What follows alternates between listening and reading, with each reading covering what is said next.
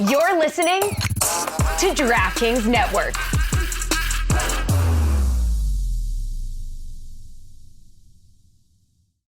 On April 26th, Boy Kills World. The must-see action movie event of the year hits theaters. Yeah! The Vanderkoys killed my family. Now, I'm gonna kill them one by one. Critics are calling it Looney Tunes on acid. You know how hard it is to get a serial company to sponsor mass murder? Weapons. Danger. Let's do this. Bill Skarsgård in Boy Kills World. Only in theaters April 26th. Rated R.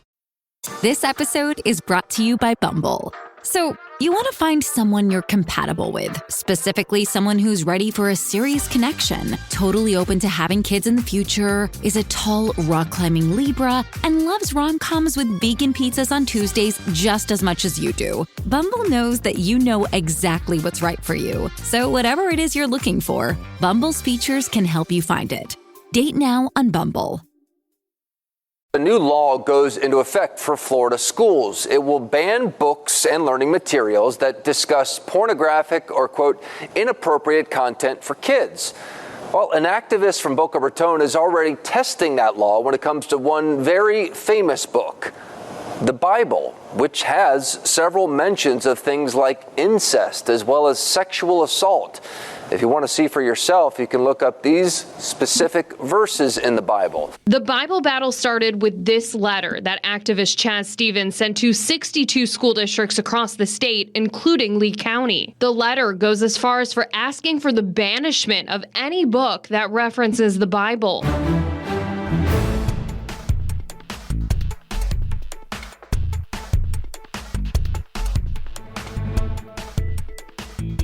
PEN America, a group that fights book bans, issued a report this week saying that Florida is responsible for 72% of the books that have been pulled from the nation's schools in the first half of this school year. Who could have predicted this would be the case, a couple years ago when they passed this bill to make it easier? Roy's raising his hand. Roy saw this coming, and now I just saw it coming from a black issue, not just pornography and everything like that. They're not going to allow children to read anything about race, like Jackie Robinson. And anything about the LGBTQ plus community, black history, but communism. Super bad, bro.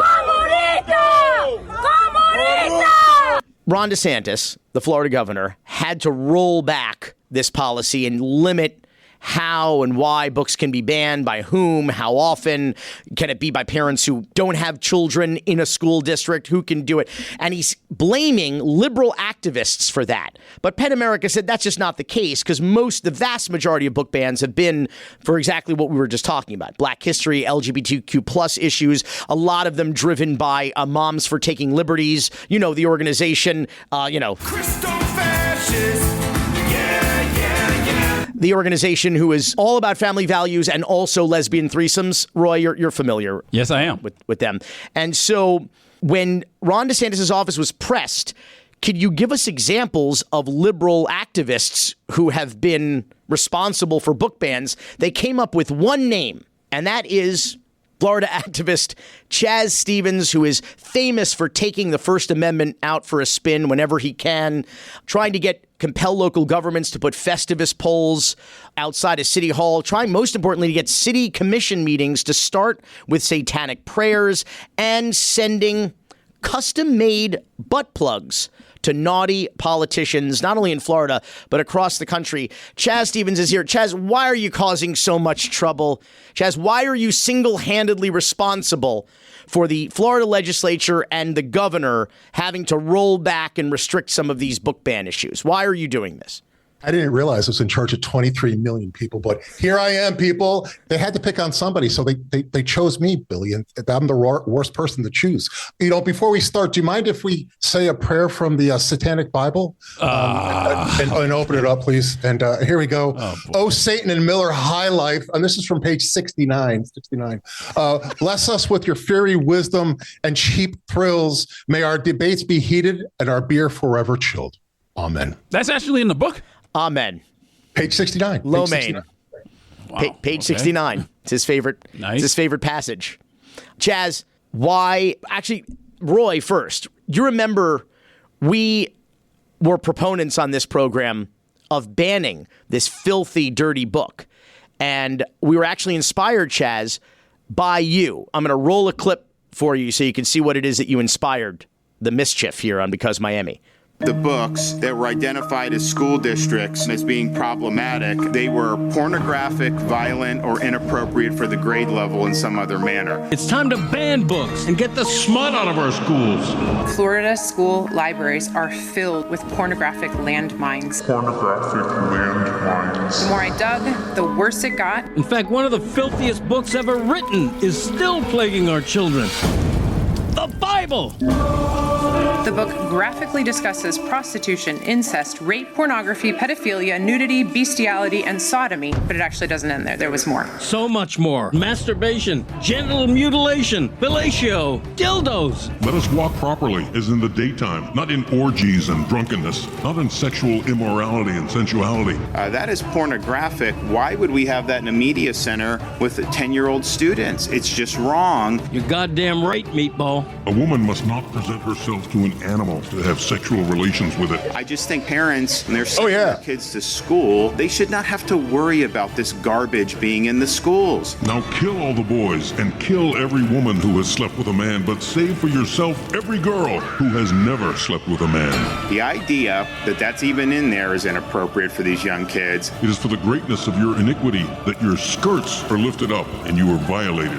How is that an appropriate use of taxpayer dollars? Smite the smut. Ban this big bad book. It should not be offered to children. Governor DeSantis, the parents of Florida, thank you. Thank you. Now, Chaz, you have actually raised challenges in dozens of school districts, according to the Associated Press, over the Bible, dictionaries, and thesauruses. Why? So we have a problem in Florida of little Jimmy kissing little Billy, but it's okay for little Jimmy to read the book and cannibalism, right? Eat little Billy like he's a chicken wing. It's just crazy what's in the Bible. You know, you guys quoted Ezekiel, right? In Ezekiel, it says, if you spill your seed, you have to give your pastor 2 turtle doves. So I'm willing to pass this along to your audience. I got the turtle doves. Are the turtle doves? They look like pigeons. Blame Jeff Bezos. Also, in the Bible, Billy, this is my favorite psalm. You ready for this? Hang on to your hat. Hang on to your hat. Here we go. Happy is he who smashes babies against the rocks. Happy is he who smashes Psalm 137:9, smashing babies against the rocks. So this is what we want in elementary school. We don't want math. We don't want Huck Finn, but it's okay with little babies. I almost said a bad word. So here I am. You can say some bad words on this show, but and some of them you're gonna give Roy a hard time. You're gonna have to bleep them. Oh, that's BS. No, totally BS. Chaz, what was the response to your complaints? I think by law, if there is an objection raised, they have to immediately take the book off the shelves pending an investigation, right? So did any of that happen with the Bible or the dictionaries or the thesaurus? All right, Billy, I'm going to get serious here for just a second. Oh, good. Little difficult for me at times. 2 years ago, I started this. $40,000 of my own money, my time out the door, 2 lawyers, and I finally got to where they just 2 days ago said, yeah, we're putting the Bible in. They ignored me. You talked about the thesaurus. I wanted to ban Disney movies, the Cars movie, Cars 2, because at the end, when they had thrown lemons at them, they had a lemon party. I thought, who wants to teach little kids about lemon parties? That's not a good idea. And the thesaurus, or thesaurus, as I like to say, the dictionary, the Book of Talmud, the Old Testament, blah, blah, blah, they ignored it. But wait, Billy, here's the thing that everybody misses. In 11th grade, little Jimmy is going to get a Google, he's going to Google things, right? He's going to do everything online. They often just said, well, we don't have the Bible physically in the library, so we're good to go. But they have access to it. They have access to the Bible. Like little Jimmy has access to Jugs magazine, and we blocked that. And I, from day one, said, I don't care about the physical Bible. I want you to electronically ban access to the Bible. They have ignored me. And just recently they said, we don't know how to handle that. The school board told me this behind the scenes. We don't know how to handle that, so we're kicking that down the road. I said, that was my argument for 2 years and $40,000 of my own money. And now we're just getting to the point, well, we don't know how to respond to you, but we don't have a physical Bible, but we're going to let the electronic Bible. So I'm thinking that we should allow Playboy magazine until we can get to the Bible. For little Jimmy and also for little Billy. And what about little Roy? What about little Susie? Little Susie might like it, right? 11th grade. What 11th grader hasn't discovered porn on the internet yet? Come on. I had porn, and I was 2 million years old. I had porn in 11th grade. Come on. These are kids with the internet. They know. Chaz, before we talk about butt plugs, I do want to talk about, for those of you listening and not watching, there is a butt plug, a quite large one, it looks like, hanging behind you there. How big is that butt plug, Chaz? It's the biggest one I could find online. It's the size of a World War II mortar.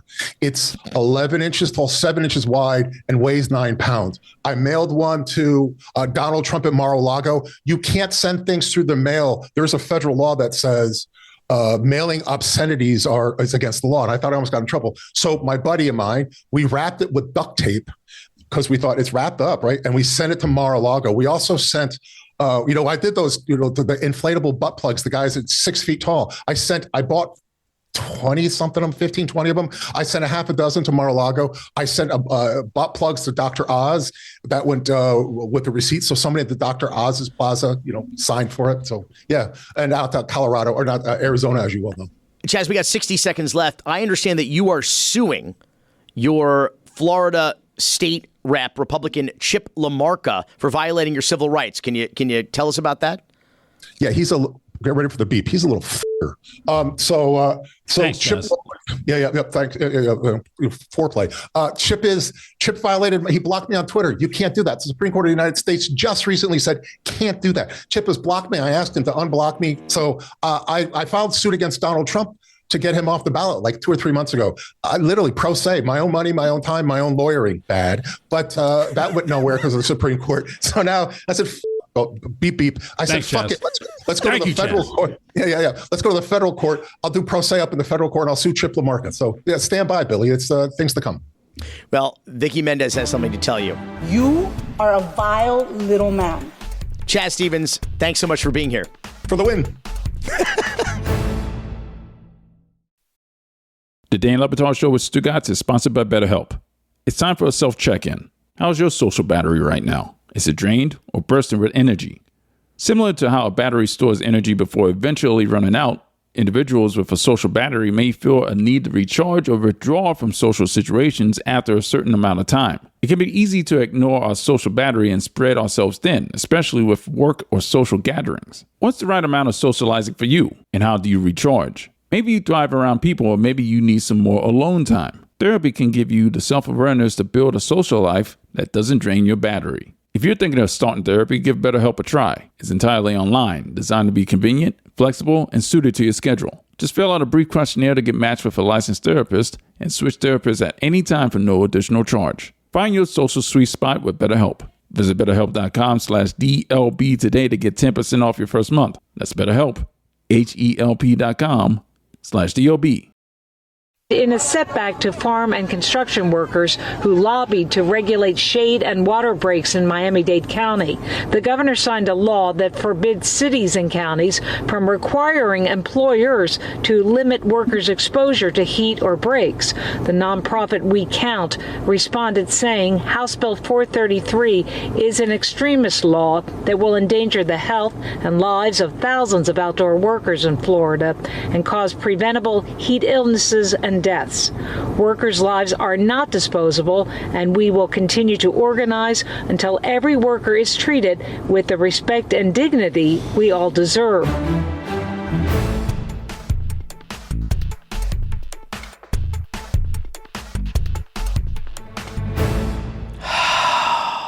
Sigh. Just long sigh. Obviously, in the state of Florida, farming and construction are major industries. In Miami-Dade alone, the estimate is about 325,000 workers who labor outdoors for sometimes 12 hours at a time. And a lot of them are about to drop dead now. Well, Miami-Dade County Commission was trying to pass a local ordinance that would require construction sites and farms to give workers just a little break in the shade and water. I don't even think it was like that onerous and unreasonable. And the state legislature just ripped out the power and the ability of local governments to confront these issues and deal. Not every county may have this number of workers to look out for their health and safety. But it just strikes me as, I listened to this quote from Ron DeSantis. Quote, "It really wasn't anything that was coming from me. There was a lot of concern out of one county, Miami-Dade. They were pursuing what was going to cause a lot of problems down there." What? What is he talking about? This word salad is as close to, fruits and vegetables as this guy gets. And we have people, workers, many of them immigrants, working out in these fields in one of, if not the hottest state in the union, and getting hotter every single year. And what is the point of this? Tomas Kennedy is a spokesperson for the Florida Immigrant Coalition. Is cruelty the point here? Is this a pro-big business bill? Who the was supporting this, was lobbying for this? Sorry, Roy. What I meant to say was, who the was supporting this? Thanks, Billy. De nada. Well, Billy, the thing to note here is that it doesn't just erase these, as you say, not onerous, very honestly minimal, heat stress protections that were on the cusp of being enacted in Miami-Dade, right? The law also erases local living wage laws adopted by cities across Florida, right? Remember, via referendum, over 60% of Floridians voted to raise the minimum wage after a number of years to $15 an hour.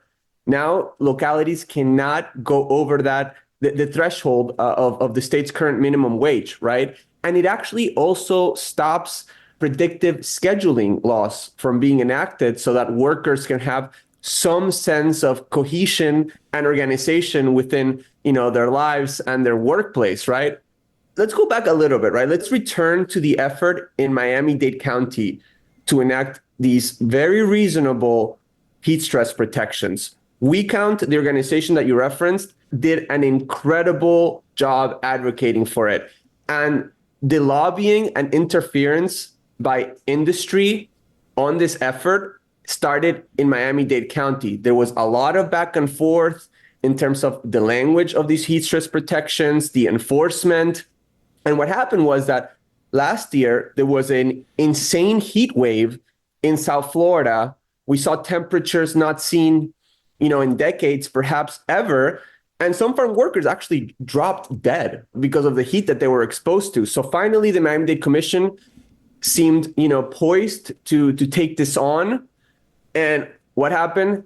Industry lobbyists turned their attention from Miami-Dade County to the state to enact this preemption. And you're asking me who is behind this? It's the same actors, the usual suspects. It's the Florida Chamber of Commerce, who represents employers like Publix, like Big Sugar, right? Universal Studios, the big gorillas in the room. So that's what happened here. Industry, puppeteering these useless, feckless, corrupt, pay-to-play politicians in Tallahassee stepped in to stop this. Is this just the most cynical and gruesome bit of bean counting? Is this a calculation of, if we give our workers a 10-minute break every 4 hours or whatever it is, or just shade and water to get out of 100-plus degree heat that they're baking in hour after hour, day after day, year after year, that's going to reduce our output or our productivity, but we're willing to lose a few. We're willing to allow a few people to, as you put it, drop dead because we're not afraid of the legal repercussions of that. Perhaps some of these people, because of their immigration status, there's not going to be wrongful death lawsuits. Perhaps they sign these sort of onerous kind of Faustian deals, employee contracts, where they don't even have any sort of rights or ability to sue, or their families have the ability to sue for wrongful death. What is the calculus here that these industries are willing to allow their own workers to die rather than give them a sip of water? I'll tell you what the actual lawmakers who debated this law said on committee, right? On one of the committees that consider amendments, and passage of this law. they said, straight from the 1980s Reagan era, economic theory, that why wouldn't these companies want to protect their workers, right? Because when you protect your workers, you have a thriving workplace, right? And everything runs smoothly. So it's in the best interest of these companies to do so. And having the government meddle here, why would we allow that, right? Meanwhile, back in the real world, temperatures keep rising. Workers don't have heat stress protections. They are being exploited at the workplace, and workers are getting sick and dying, right? I mean, that's actually happening. I mean, I'll tell you, look, I obviously don't work outdoors now, and I'm not a construction worker. I'm not an agricultural worker, but I was when I was undocumented, and my dad is still a construction worker. I worked construction for a number of years. My dad still does. He has suffered health complications from it. He needed a double hip replacement from the toll that it's taken on his body. And it really, upsets me that workers like my dad, agricultural workers, are exposed to much harsher conditions, than people like my dad, have this type of representation that, excuse my language, doesn't give a shit about them and is willing to allow the employers and these big companies and corporations to cut corners, in the pursuit of profit above all. And that's the bottom line, right? I don't want to sound, whatever, but it's profit, profit, profit, profit above everything else. I don't know about the agricultural workers, and I'm not sure about the construction workers, but there aren't any unions that most of these employees are involved in that might be able to fight this? No, right? It's a right to work state, Roy. Oh, yeah. The unions have been very supportive of these heat standards, right? And these heat stress protections. The problem is that, Tallahassee is completely pay to play. The Florida Chamber of Commerce is who's calling the shots there. That's the sad truth. And that's who the politicians in power, the one who controls the committees, the one who control, both chambers of the legislature, the governor's office. They respond to, again, the Florida Chamber of Commerce and the business interests. And the business interests have no interest in enacting these heat stress protections because they don't give a shit about the workers. Tomas, we got 2 minutes left. I understand you told me that you wanted to ask me a question. So I'll give you the last 2 minutes. I'm being interviewed now, Roy. We're switching roles? Yes. Billy, I heard you have a big announcement to make. And I want to ask you, how long was the gun held to your head for you to make this decision? What was the threshold that it had to be met for you to say, okay, I'm doing this? Well, the Miami Herald broke yesterday that I've been circling the race, Roy, to run for the Miami-Dade Democratic Executive Committee chair position. You may have heard that Florida Democratic Chairwoman Nikki Fried removed the Miami-Dade Party chair and at least one or two others for violating the bylaws, and now we are without a chair. And so far, there is only one person, State Senator Chevron Jones, who I like very much. Ah, yes, Chevron. That's my man. I like very much, but he's the only person running. And that's not exactly democracy. That's not exactly an election. And with all due respect to Chev, I feel like it keeps us on a similar course to the one we're on, which, as you know, the Democrats in Florida never miss an opportunity to miss an opportunity. Yes, Billy, Tomas. entering the marketplace of ideas. I love it. Billy, give us your 1-2 minute elevator pitch to why you're doing this. First Luther Campbell and now you. I mean, my God. Well, competition is good for the marketplace. And obviously, it's essential for democracy. And a robust marketplace of ideas is good for the voters. And so we need to have serious open dialogue about the defects of this party, particularly the Miami-Dade Democrats, where the party has been hijacked by consultant cowboys, really a cartel of for-profit grifters who have exploited the goodwill, the time, the volunteers of the party in an effort to profit them. We're talking about people like Christian Olvert, who is not interested in helping Democrats get elected, which is what the party's supposed to do. He's interested in lining his own pockets. And so we need to have open conversation about this if we're ever going to reform this party. Because let's be clear, the Florida Democrats don't have a damaged brand. It is a dead brand. And the only way to reform this and bring this back to life in any meaningful way and not have one party rule, which is not good regardless of your ideology. One party rule is not good for that marketplace of ideas and not good for the state of Florida and the voters and the people of this state. They deserve to have two strong, at least two. I would hope for more, but at least two strong political parties to come to the table and have a robust debate about what is best for policy and to compromise on some of these terrible, terrible ideas. And I got to tell you, this party is not equipped at all for that future. And that is a debate that we need to have openly and honestly, and we need to stop gaslighting the people of Florida, stop gaslighting the donors of the Democratic Party, stop gaslighting the people. Talk about Florida is in play. Bullshit. Florida is not in play. This is just a question now of whether or not... pay for play. Amen. This is a question of whether or not Donald Trump is going to beat Biden in Florida by single digits or double digits. So when we go out there and put these, to borrow your term, Tomas, cringe posts out into the world, it's not good for our credibility. It's damaging. And donors are not going to come back to the table when we have a plan and we're ready to move forward and we're ready to reform and create real progress here in the party. And it's just embarrassing. And I don't want to be embarrassed. I've been a Democrat since 2018. It kind of sucks, and I don't want it to keep sucking. It's a little bit embarrassing. Honestly, Billy, I'm so excited that you're doing this. You're a truth teller. You're somebody that's holds both sides accountable. You're not bought out by anyone. You don't have a career stake or a political stake on this. You're an independent voice. At the risk of sounding like DJ Khaled, though, they don't want me to win. And I don't think I have a prayer at winning because these grifters are going to start. By the way, Roy, it's a public vote. It's not an anonymous or secret ballot. So everybody's going to get threatened. Everybody's going to get cajoled. There's no way they can let me come anywhere near this job, right? It doesn't matter. It's what you said. It's about having the conversation.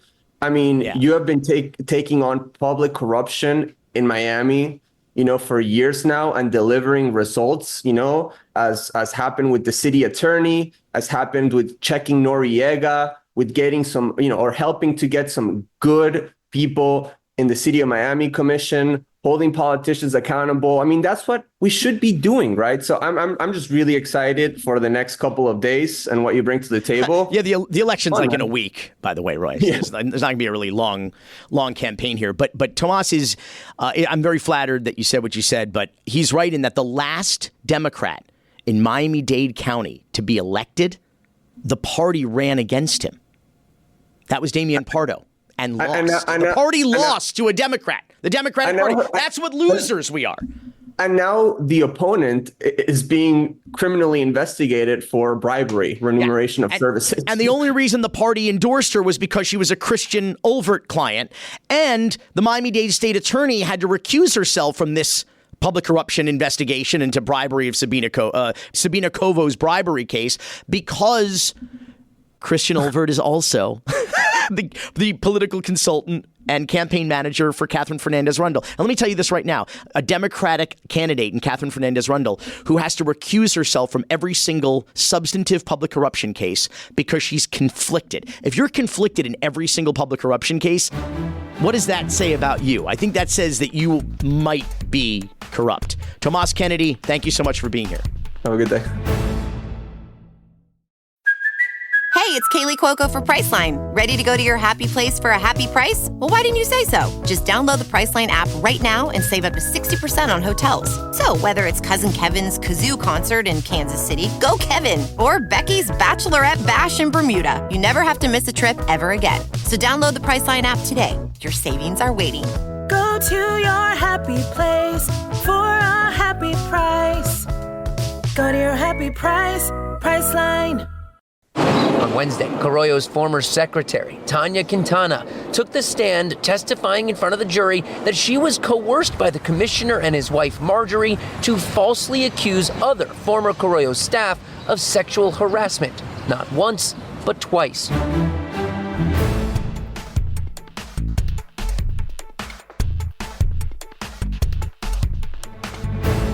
Tanjha Quintana testified last year at the now infamous ball and chain case, the corruption case against Joe Carollo, commissioner of the city of Miami, that resulted in a $63.5 million judgment against him for violating the First Amendment rights of those business owners on Calle Ocho in Little Havana for political retaliation.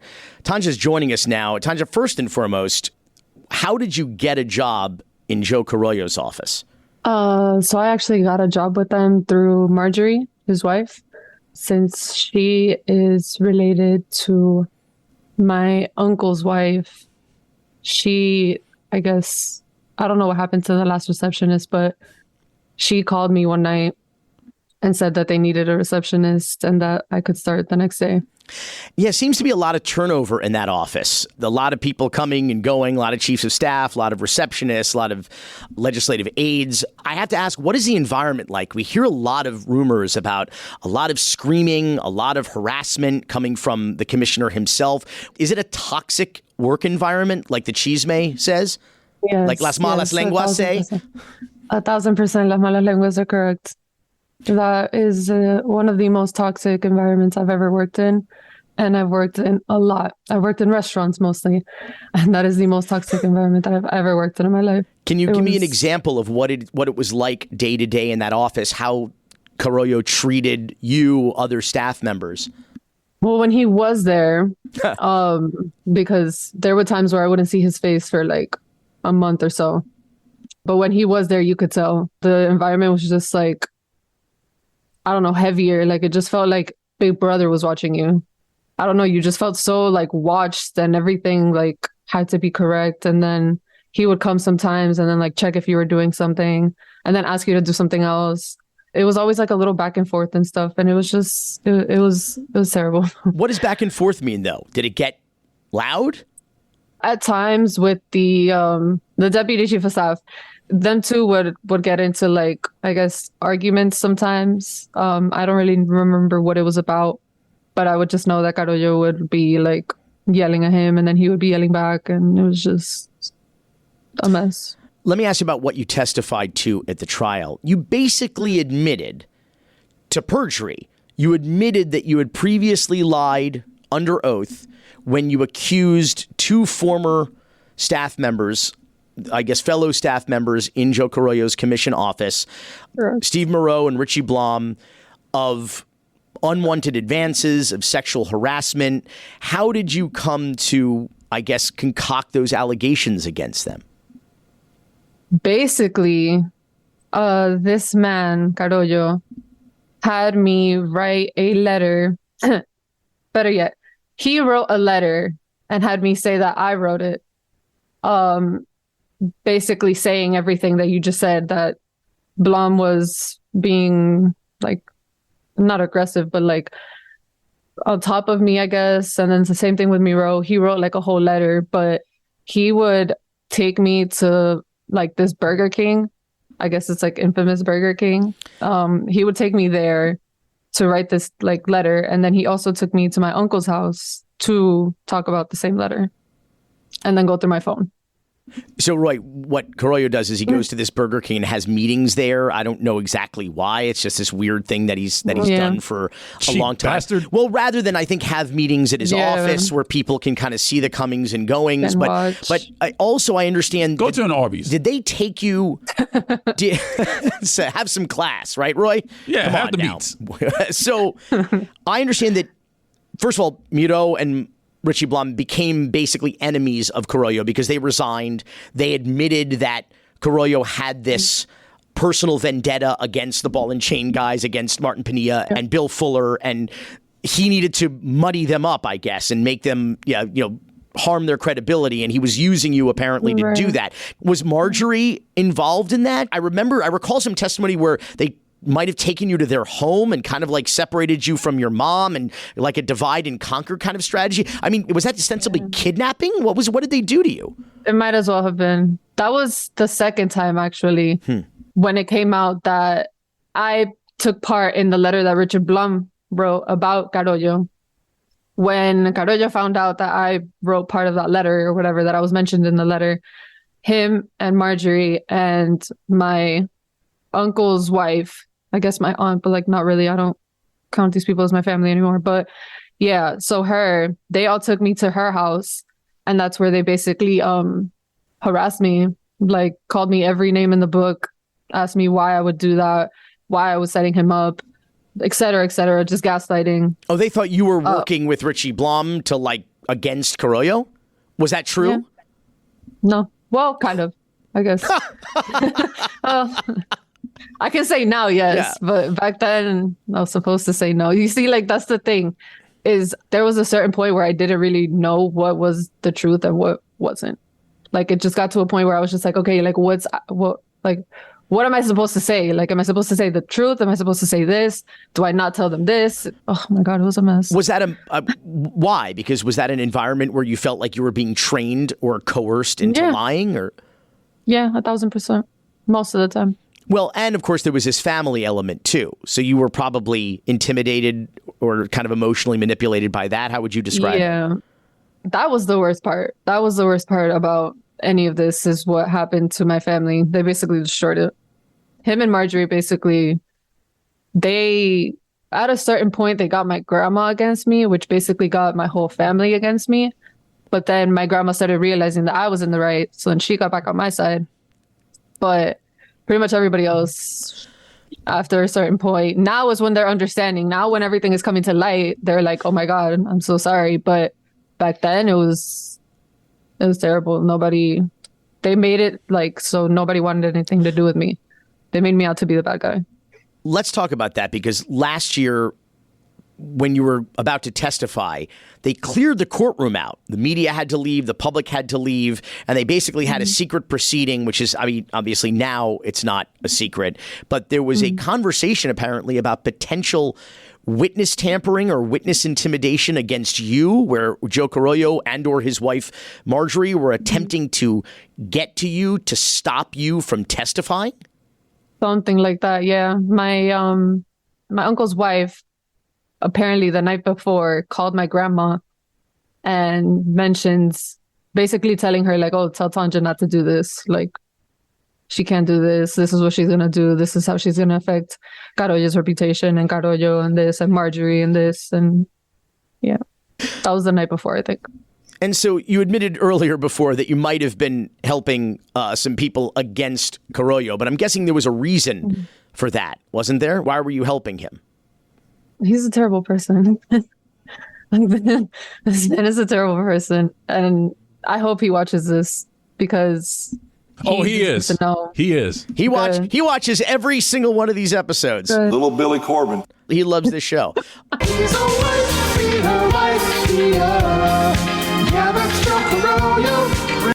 This is on your little Twitter account, little Billy. And last question, do you have a message for Joe Carollo or Marjorie Carollo and about the kind of people they are, the kind of office he runs, what they did to you and your family? I just hope they both get what's coming to them. That's all I can say. Karma is a bitch, and the people that don't do good in this life are not going to have good done to them. And I hope that whatever they deserve is exactly what they get. In God we trust. It is that God that's been protecting me. Yep. Amen. Tanjha Quintana, thank you so much for being here. No, of course. Thank you for having me.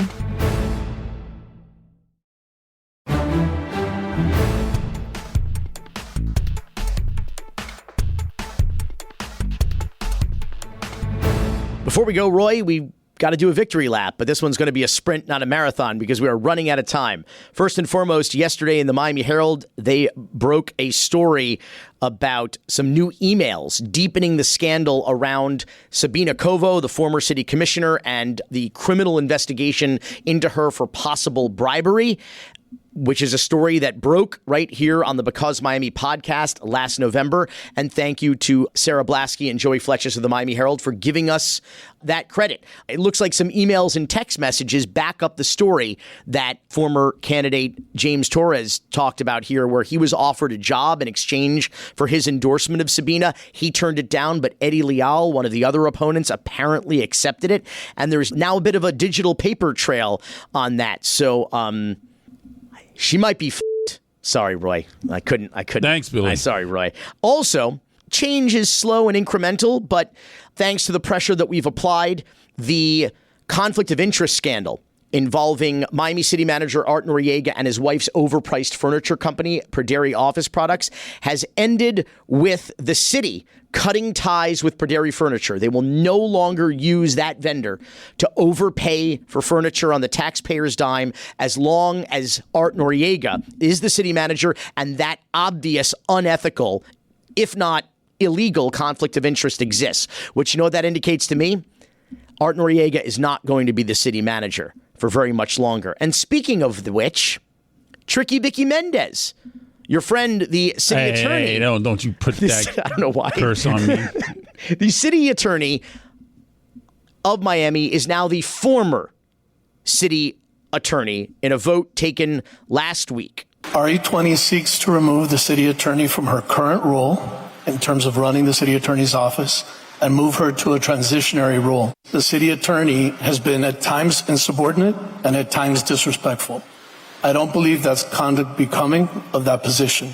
Furthermore, I personally do not have confidence in the information that I receive. I believe we have these major goals right here and now that require us to make that change and also show the residents that change has happened in this position. I have a motion and a second for RE20 as amended. All in favor? Aye. Aye. Nay. That was the voice. Sorry, I should have waited for the laugh. I should have waited for the laugh, Roy. The first voice you heard was the voice of Commissioner Damian Pardo, who made the motion and introduced the item. The second voice was Chairwoman Christine King, who called for the vote. And that third voice, the only nay, 4-1. I'll give you 3 guesses who that was.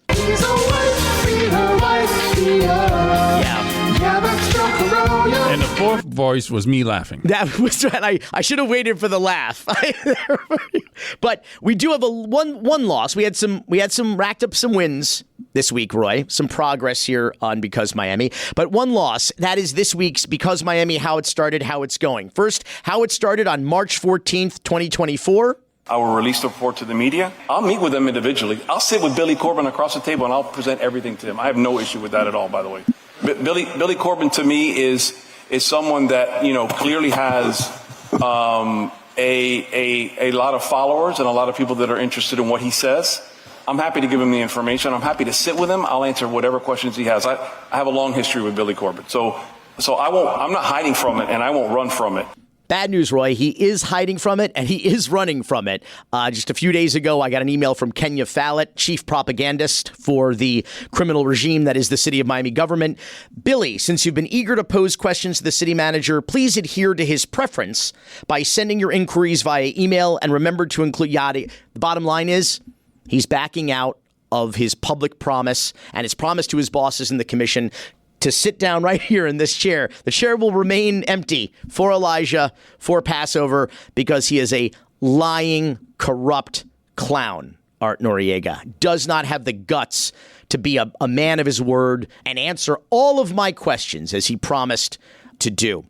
Finally, for this Miami moment, you might remember, I think it was now 2 years ago, Roy, you, me, and Dan interviewed activist, civil rights attorney, former legislator, songwriter, poet, environmentalist, and rabbi Barry Silver. We've been doing this for that long? It certainly feels longer. No one's listening. But I have some bad news. Rabbi Silver passed away at the age of 67. Rest in power. He was a great guy, a funny guy, a powerful guy, and he was a plaintiff in the lawsuit against the state of Florida for violating the First Amendment rights of Jews to practice our religion, which includes a right to abortion to preserve the life of the mother.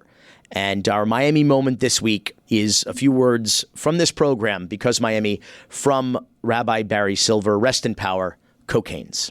The main point of the lawsuit is this. We as Jews have the right to be Jews. By taking the fundamentalist Christian view and make it the law of the land, that's establishing religion And it's also preventing Jewish people from exercising their rights as Jews. These fundamentalist Christians, these self-righteous, pompous, ignorant people who call themselves pro-life, they're not. They're pro-lie. If they were pro-life, they'd support universal health care. They would work with us to get rid of all these horrible weapons of war, these semi-automatic weapons. They would work to protect the planet, the source of life of us all. And they would work to make sure that all children are wanted children, not forcing people to bring children into an already crowded world. For the ones who work hard to ensure their crew can always go the extra mile, and the ones who get in early so everyone can go home on time, there's Grainger, offering professional-grade supplies backed by product experts so you can quickly and easily find what you need. Plus, you can count on access to a committed team ready to go the extra mile for you. Call, click Grainger.com, or just stop by. Grainger, for the ones who get it done.